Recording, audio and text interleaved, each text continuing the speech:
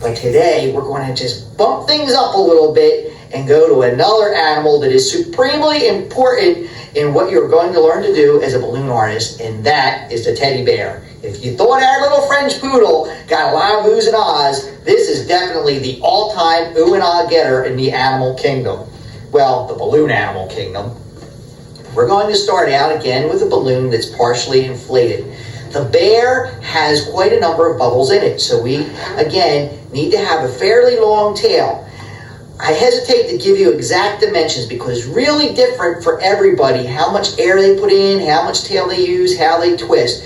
So we're just going to approximate, and the more you practice, the more you will find out exactly how much air you're comfortable with in your balloon. Now, our balloon animal that we're going to do, our bear, is going to start at the nose. And what we're going to do is we're going to make a little round bubble, and that is going to be our bear's nose, the front of his face. And we're making one more bubble. This bubble is going to be the back of our bear's head. Now we're going to work our way around the perimeter of our teddy bear's face. To do that, our next bubble will be about twice as long as the two previous bubbles. And we're going to make another small bubble, which will be the bear's ear. Another bubble that's longer than the ear will be the bear's forehead, and one more bubble that's round for the other bear's ear. Can you see how we're coming around the bear's face? And we're going to make another bubble that is about twice the size of the bear's ear. That's going to be the bear's other cheek. Now, we have made 1, 2, 3, 4, 5, 6, 7 bubbles, and together they're all held in a chain by holding that first bubble and the last bubble, as we discussed earlier. We're going to take the joint above the second bubble, which is the base of the one cheek, and the last joint, hold them together and twist them. Now notice I've always held these bubbles together. Guess what? It's not a problem if they slip out, because you can retwist them and hold them there again. Don't panic, folks. This is a fun little game we're playing. We're going to take our balloon bubbles now, and we're going to just slide the first two through that chain that we made. And can you see where our bear's face is starting to form? There's his nose, his cheek, his ear, his forehead, his other ear, and his cheek. It's all starting to come together. We're going to grab one of those bear's ears, and we're going to pull it out so that the joints can be a little bit closer together. And we're going to twist that bubble. And we're going to make a little crescent that looks like the teddy bear's ear. We're going to pop over to the other side. Did I say pop?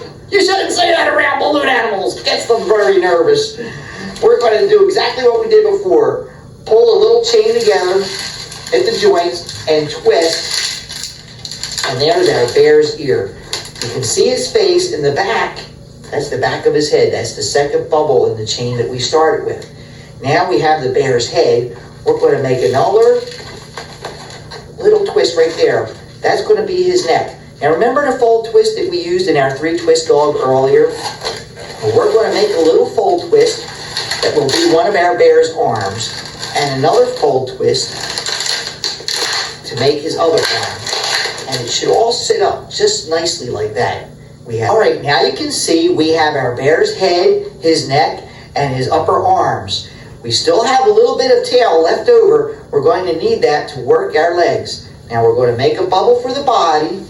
We're going to do one more fold for the bottom leg, and we're going to make another fold ending with a bubble that will be his tail right there. And now we have made an adorable little teddy bear. He's got them Beanie Babies beat, all the bejeebers. Let me tell you, look at that little guy. Do you remember our little watchdog Fred? In case you forgot, I brought him back. There he is. Well, you know what? We can do the same thing with a balloon bear. Now, I've taken a bear and I began it so you can see we have the head, the neck, and the arms, basically where we left off on our first bear. Only instead of making a body and the legs, we're just going to squeeze the air out a little bit so that it's towards the end.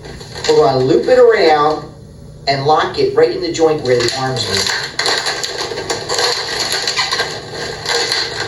straighten him up nicely, and now we have a little bear that can sit up on your hand just like that. We have a little watch bear. Keep our little watchdog company. Right, where you at there, Spike?